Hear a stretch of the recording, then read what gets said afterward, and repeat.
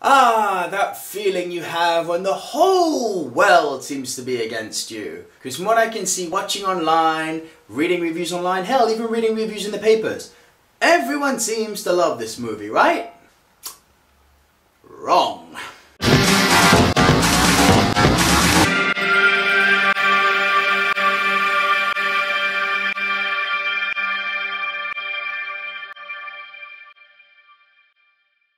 Based on the beloved, best-selling Stephen King novel, it is about... Actually, it's about many things. On the surface, it's a horror story set in an American white picket fence town in which a group of children are stalked and preyed upon by this evil presence called Pennywise the Clown. Played excellently, I'd like to add, by Bill Skarsgård, who manifests himself as their biggest fears, but most notably as a really freaky clown.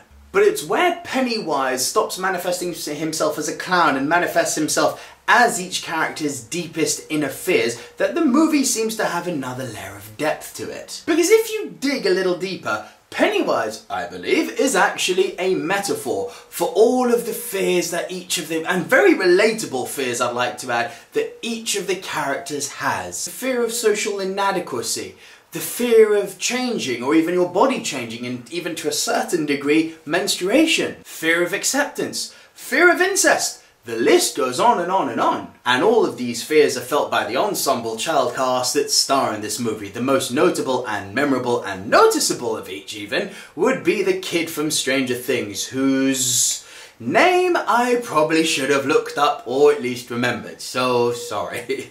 In reality, every single child actor in this movie is given a very real and relatable fear and a very, very compelling backstory, and the exposition of said fear and the development of each of these individual characters is honestly done superbly in the first act.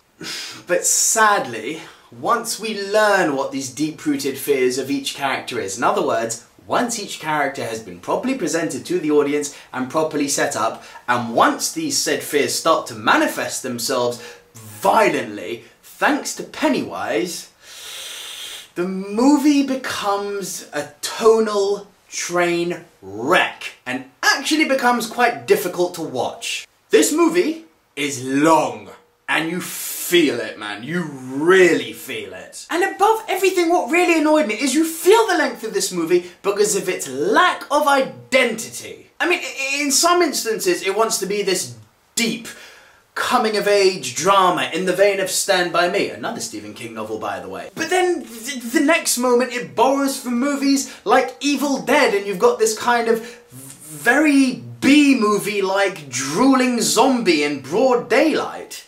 And then in the next moment it's borrowing from horror comedies like The Addams Family. I defy any one of you who have seen this to look at that creepy house where Pennywise lives and tell me that doesn't look like something straight out of The Addams Family. Now imagine, I challenge you as an audience to imagine those three movies I've just mentioned thrown together, and you only begin to understand the tonal nightmare and mess that this movie is. Not to mention that there are some fucking weird directorial decisions. Like, this isn't going to spoil anything in the plot, but there's a scene where the town bullies and the loser club, as they're called, the main protagonists, are having this rock fight across a little, not even a canal, just a stream. And you get this point of view of the rock going straight towards the character who it's about to hit, and then you see the character whose face the rock is about to hit, and it goes into slow-mo, and he says, "No, you bastard." I'm thinking, what the fuck is this doing in here? And then even worse, it goes into Scooby-Doo territory. There's a scene where they're all gathered right outside of Pennywise's house, and the main girl, Beverly, played by a child actress's name I again cannot remember, sorry, but she gets them all together and she says, "No guys, we gotta stick together. The monster wants to split us apart." And that's before even mentioning that this movie uses every single horror cliche in the book. Like, if you like horror, this movie ain't gonna scare you. You know exactly what's coming. Again, not to ruin anything, but in the opening credits, you get 2 completely unnecessary jump scares. If you've seen the old It movie and you've read the book, you know what that opening scene's leading up to. You know it's leading up to Georgie meeting It. But before even that happens, Georgie's sent into the basement and we get the creepy lurking monster in the basement shtick, which we've seen 1,000,001 times in A movies and B movies. And it's not effective because we know there's nothing there, because we know that Georgie is going to be seeing It in a moment, so it's a waste of time. And then in the same scene again, while the credits are still rolling, Georgie, who's scared of the basement, is carrying a walkie-talkie. And of course, while he's going into the basement in the dark, the walkie-talkie turns on and it's way too loud and it makes him jump. And how many times have we seen the loud jumping walkie-talkie trick? It's like, come on, why are you wasting these empty scares on me when I know and I want to get to Georgie meeting It? Why are you wasting my time with this? This isn't scaring me. Move on. Oh, and another thing that bothered me was how explicit they made the kids. It wasn't the swearing that bothered me, don't get me wrong, I'm no idiot. I know full well that when parents are not there, kids will drop some F-bombs. But it wasn't the swearing that bothered me. It was the sexual innuendos that were constant with some of the young male characters. I'm sorry to say, the way they were portrayed, they felt a year or two, not far off, but they felt a year or two too young to be sexually awakened and to be that virile and horny. It actually came off as a real creepy way of depicting, you know, coming of age. And I don't know if that was the point of the book, but it didn't resonate with me. I thought these kids are just that little bit too young to be behaving like horny geek boys. Creepy. And so to the big question, how does It stack up to the old It? The real answer to this, is it better, is it not, is that in some ways it is, in some ways it's not. Because where it's better, in the old movie, when Pennywise made his attacks, you would just see the mouth coming towards you. So, you know, whenever that violence and whenever the death of someone was about to happen, they'd cut away from that. This movie should be commended because when Pennywise hits, it's violent. It's really, really violent. Like, there are some legitimate holy shit moments. It does not shy away from violence, even violence on the kids. So for that, kudos to this movie because it's got bigger balls than the old movie. However, where it pales in comparison is the fact that, as I've said already, it doesn't have an identity. It doesn't quite know what it wants to be, and it feels like a mess. Tonally, it's a train wreck. Now, the old movie was very self-aware. It knew that it was a bit cheesy, it knew that it was trying to be creepy, and Tim Curry played Pennywise brilliantly.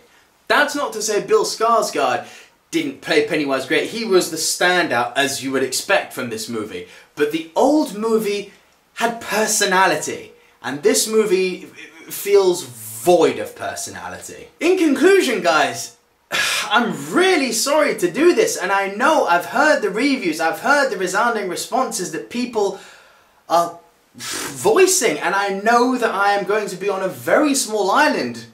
Now, I'm scoring it 3.5 out of 10. I was really looking forward to this movie, and I legitimately fucking hate it. While some of the early apparitions, namely a headless child, a creepy old lady coming out of a painting, and burnt hands coming out of a door, are very creepy, and while the violence that Pennywise has towards some of the kids is commendable, this scary movie failed to scare me. It relied on tried and tested camera angles, jump scares which were predictable, and it was just inundated with horror cliches, minus the clown Pennywise, who is actually very entertaining. And I've said again and again, and I'll say it again now, this movie's biggest problem is its tone. Something which I've never placed utmost importance on in a movie. You need to know tonally what your direction is in a movie, but I've always placed my primary concern on character development. Can I engage with the characters? This movie breaks that, because while the characters are engaging and while their stories are believable and relatable, all things which I need in my movies, be it horror, comedy, action, drama, whatever, This movie, because of its lack of tone, didn't know what it wanted to be. On the surface, yeah, horror movie book adaptation.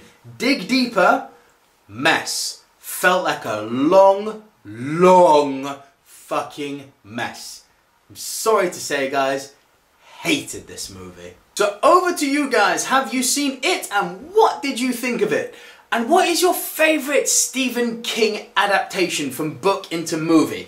Please leave your thoughts in your comments down below. Please give this video a thumbs up. Please go easy in the comment section because I know there's a lot of Stephen King's fans out there. Forgive me for not being on that bandwagon and loving this movie with you. Irrelevant of that, please still share this video and share the Silver Screen Dudes love. And new news, guys, if you want to follow me on Instagram, got over 2,000 followers on there. What I'm doing on there is I'm bringing you guys, the Silver Screen Dudes, daily movie news updates. You'll get 5 news stories a day peppered throughout the day. Anything from comic books, Star Wars, upcoming movies, box office results. It's all going to be up there on the Instagram channel. Beautiful images made for you guys every day. 2,000 plus followers in counting. Please go and check me out on Instagram as well. Details should be right here. And until next time, guys, from Nico Lura of the Silver Screen Dudes. Oh wait, hit that subscribe button please before I forget. And until next time, guys, see ya.